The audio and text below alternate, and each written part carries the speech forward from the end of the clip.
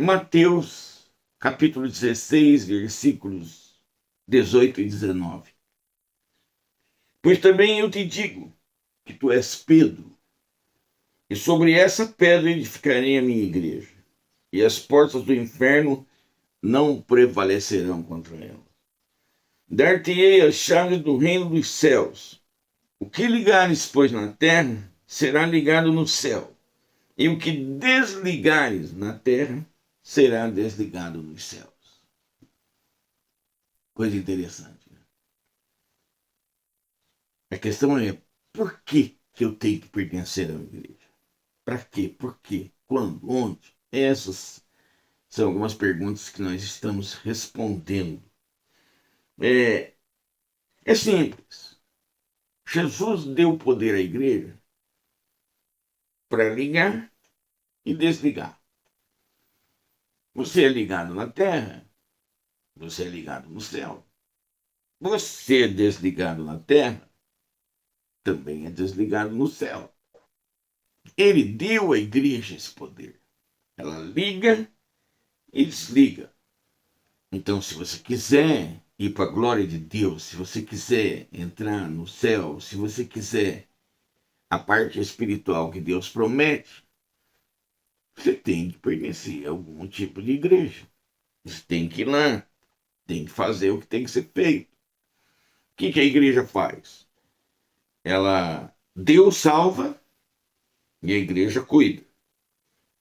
Quem salva é o Espírito Santo. Ele salva, cura, batiza, liberta, faz sinais, prodígios, maravilhas. É ele que faz. E a igreja cuida. Então você recebe a salvação eterna e fica sob os cuidados da igreja. Ela tem esse poder. Quando você aceita Cristo como seu único e suficiente Salvador, o Espírito de Deus vem morar em você e ele te liga e escreve o seu nome lá no livro da vida. É a Bíblia que explica isso. Uma vez que você está ligado à igreja, você está ligado a ele, você está ligado no céu. Uma vez que você se desliga de uma igreja, você se desliga lá no céu. Então é preciso tomar muito cuidado. Tem muita gente, principalmente na internet, né? A gente vê igreja de uma pessoa só, gente que não quer mais ir na igreja, quer viver de videozinho. Olha, vídeo, eu mesmo estou fazendo vídeo. Vídeo é ótimo, te edifica, faz você crescer, você aprende com pessoas que já que estudam a Bíblia. Agora, o vídeo não preenche o requisito de uma igreja. É necessário a comunhão, é necessária a ligação, é necessário que você esteja dentro de uma igreja. Por isso você entra e você é ligado. A ligação é vertical e horizontal. Você é ligado com Deus e com toda a igreja. É ali que você produz fruto, é ali que você trabalha, é ali que você faz alguma coisa para Jesus. Então, também te digo que tu és Pedro, e sobre essa pedra edificarei a minha igreja, e as portas do inferno não prevalecerão contra ela. Aqui tem uma questão também, que é muito discutida entre católico e protestante. Eles entendem que tu és Pedro, sobre esta pedra. Eles entendem que a pedra é Pedro. Nós entendemos que a pedra é Cristo. Você é Pedro, e sobre esta pedra eu edificaria a minha igreja. Pedra quem? Cristo. Porque a Bíblia diz que é a pedra da esquina. Ele é a pedra principal do templo. Então, todo o poder da igreja está em cima de Cristo e não de Pedro. É uma questão de entendimento. Nós entendemos assim. Dar-te-ei as chaves do reino dos céus. O que ligares na terra, será ligado no céu. O que desligares na terra, será desligado nos céus. Então é muito importante você estar dentro de uma igreja, pertencer a uma igreja. Olha, você vem. Na minha igreja funciona assim. Você aceita Jesus.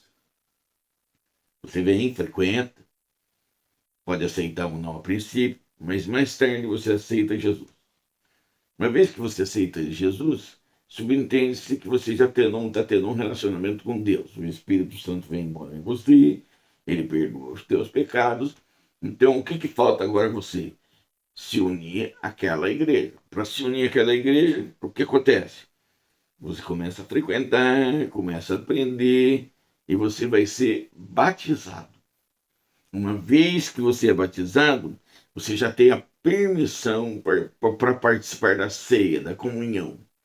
Agora você está em comunhão com a terra e o céu. Você já preencheu os requisitos. Você já preencheu os requisitos. Ah, mas e se eu morrer e não der tempo de ser batizado? Aconteceu com o homem na cruz. Hoje estarás comigo no paraíso. Jesus falou para ele. Então, o batismo é um cumprimento daquilo que Deus determinou. Mas não é empecilho, caso você não consiga. Então, é entrar na igreja, aceitar Cristo como seu Salvador e perseverar nela. Ali você vai crescer, ali você vai aprender, ali você vai dar fruto, ali você vai entrar em comunhão. E qual é o objetivo principal? Primeiro, é a salvação eterna, a sua salvação eterna. Uma vez que você preenche todos esses requisitos, aí você vai ajudar na salvação eterna de terceiros. Tem um monte de gente aí precisando da salvação eterna. E cabe a nós alertar, mostrar, fazer vídeos, pregações, enfim, você vai participar de tudo isso. Hebreus 10:25. Não abandonando a nossa congregação, como é costume de alguns. Antes, admoestando-nos uns aos outros, e tanto mais quanto vedes que vai se aproximando aquele dia. Entrou numa igreja, gostou daquela igreja, fica, seja batizado, participe da comunhão. Mas qual é a instrução de Deus? Não fica pulando de galho em galho. Não fica pulando de igreja em igreja. Ah, mas a princípio eu entrei lá, a princípio eu gostei, mas depois eu comecei a ver que isso não funcionava, aquilo não funcionava. Tudo bem. Faz uma mudança. Mas faz uma mudança definitiva. Não é para você ficar pulando de igreja em igreja, de galho em galho, ou crendo que sem uma igreja você vai conseguir. Não vai. A Bíblia primeiro manda você entrar numa que te ligue ao céu. E depois que você entrou numa que te ligue ao céu, é para você ficar lá dentro, para você cuidar. Até porque você entra na igreja buscando a salvação sua, da sua família. Mas mais tarde você vai participar da salvação de terceiros. A Bíblia deixa bem claro que Deus quer que a gente dê fruto. E que fruto é esse? É participar da salvação de terceiros. Tem um mundo inteiro para ser salvo. Tem um mundo inteiro para ser salvo. Deus quer usar você. Deus quer usar mim. Deus quer usar nós. Tem muita gente precisando da salvação eterna. E Deus quer usar a nossa vida. Então você entra para ficar. Ah, mas só depois que eu entrei que eu percebi que tem algumas irregularidades ali que não dá. Já disse, faz a mudança, mas faz a mudança definitiva. Não dá para você ficar.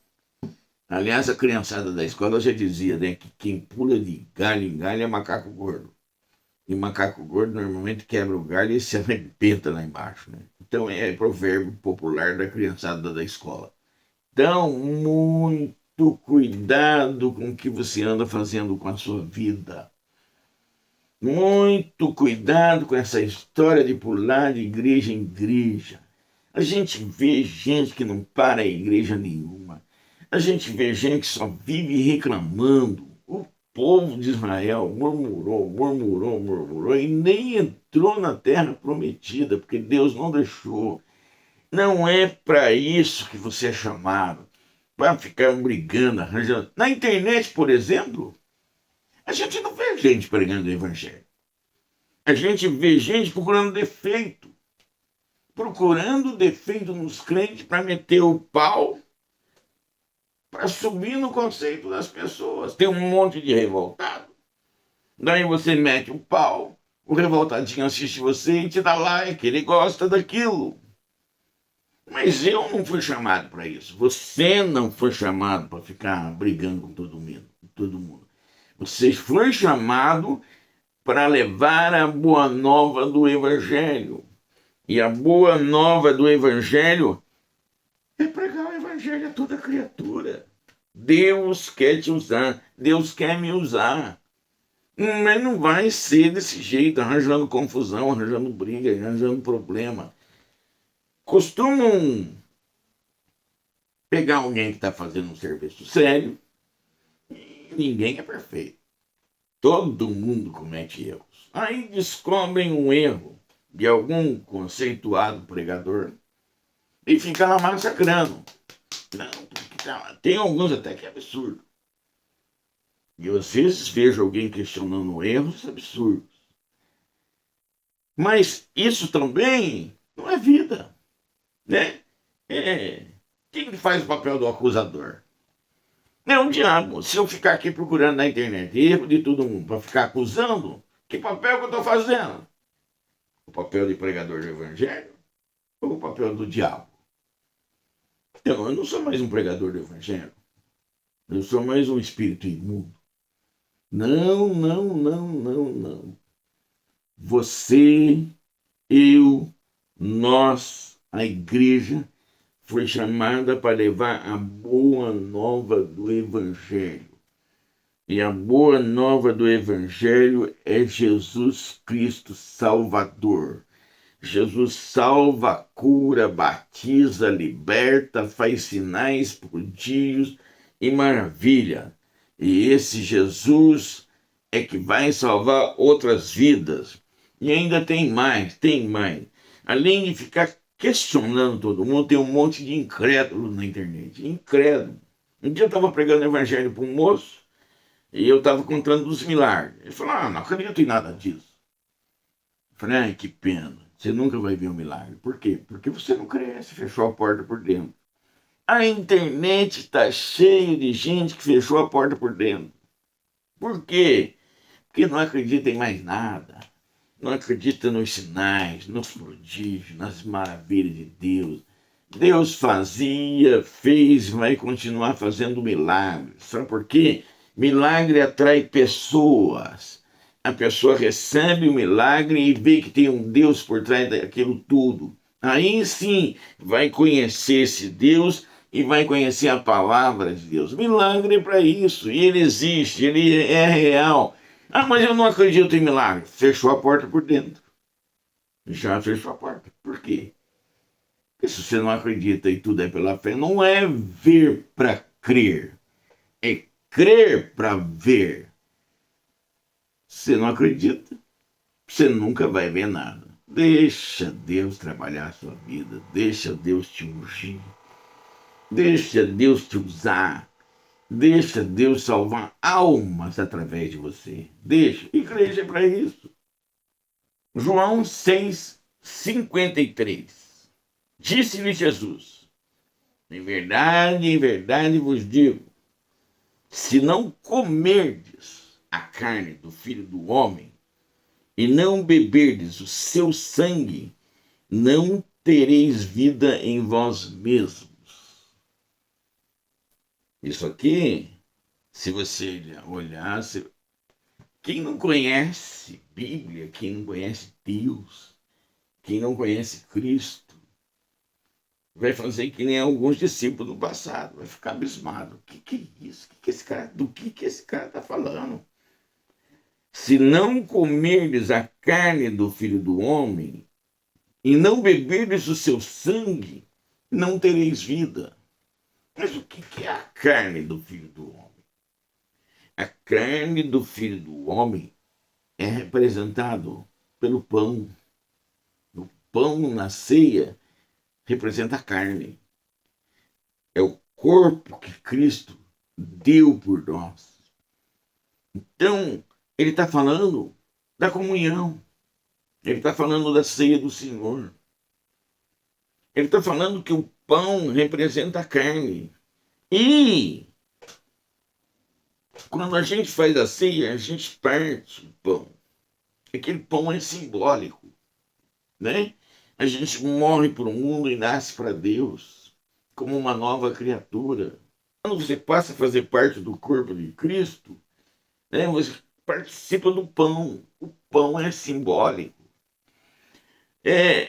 Por outro lado, se não beberdes o seu sangue, não tereis vida. O que é o sangue? Sangue é representado pelo vinho, é a comunhão, é a ceia.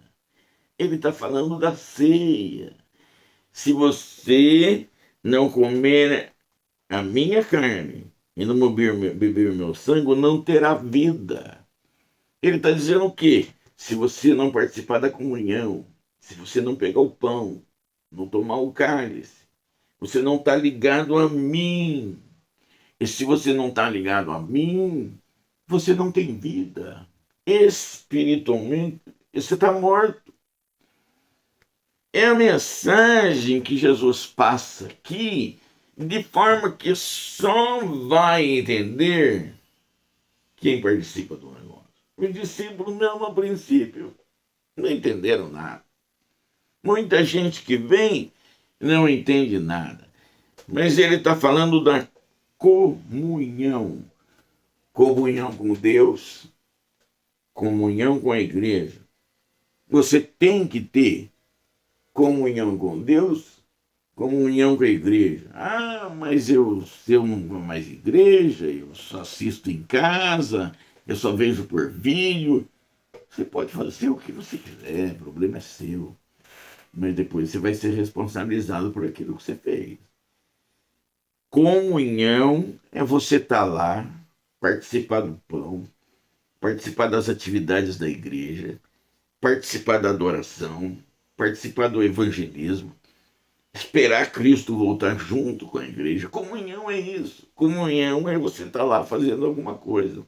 Ah, mas eu não sei fazer nada, só se eu for limpar a igreja. Faz o que você achar melhor. Mas nem limpar a igreja eu não sirvo. Pede para Deus te mostrar. Fala com o pastor da igreja. Eu quero ajudar, quero fazer alguma coisa, quero participar, quero estar na comunhão, quero dar fruto. Deus vai criar uma maneira de você participar de tudo isso. Tem uma obra sendo feita. Olha, o reino de Deus cobre toda a terra. As agências do reino de Deus são as igrejas. Procura uma agência do reino de Deus que cumpra as escrituras sagradas. Tem uma igreja que segue isso aqui, ó. Entra lá dentro e começa a participar disso tudo. Deus tem uma bênção para você. Deus tem uma obra para você fazer. E para isso você precisa estar em comunhão com uma igreja. Mas eu posso ir na sua? Pode. A minha igreja é a Assembleia de Deus. Se quiser, está convidado. Aqui em Caraguatatuba é ministrado pelo pastor Adriel Padilha. Está convidado a visitar, está convidado a conhecer e está convidado a ficar lá conosco. Mas eu nunca pisei numa igreja, então vai ser a primeira vez. Vai lá, se Deus quiser, vai ser bem recebido. E vai ficar conosco. Disse-lhes Jesus: em verdade vos digo, se não comer a carne do Filho do Homem e não beber o seu sangue, não tereis vida. Não tereis vida em vós mesmos. Que Deus está dizendo? Se não tiver em comunhão com a igreja, para mim você está morto. Ah, mas eu sinto que não, você pode sentir. Mas o que a Bíblia está dizendo é o que Deus retratou aqui. Se você não participar da comunhão, não comer a carne, não beber do sangue, está morto. Ou está morrendo, né? Está doente. Está doente. Está doente e precisa resolver isso logo. Você tem, você precisa, você deve entrar na comunhão com uma igreja, porque ela liga no céu e ela nos liga na terra. E não é só a questão da carteirinha, não. A carteirinha de membro é maravilhoso, mas ela não serve de grande coisa, não. Não sei para testificar que você participa de um grupo. O importante é você ter a carteirinha e exercer essa comunhão. Comunhão com os irmãos, comunhão com Deus, comunhão com a terra, comunhão com o céu. É necessário cumprir aquilo que está escrito. Efésios 4, 15 e 16. Antes, seguindo a verdade em amor, cresçamos em tudo naquele que é o cabeça, Cristo, do qual o corpo inteiro, bem ajustado e ligado, pelo auxílio de todas as juntas, segundo a justa operação de cada parte, efetua o seu crescimento para a edificação de si mesmo em amor. Quem está dentro de uma igreja cresce. Quem está realmente ligado em Deus cresce. E aí nós podemos falar de dois tipos de crescimento. O primeiro é o crescimento particular, o crescimento em Cristo, o crescimento na fé, o crescimento enquanto cristão. Você entra numa igreja, a igreja tem N maneiras de você estudar e conhecer a Bíblia. Tem os cultos de ensino da terça-feira, tem os cultos de adoração a Deus, onde você aprende a adorar.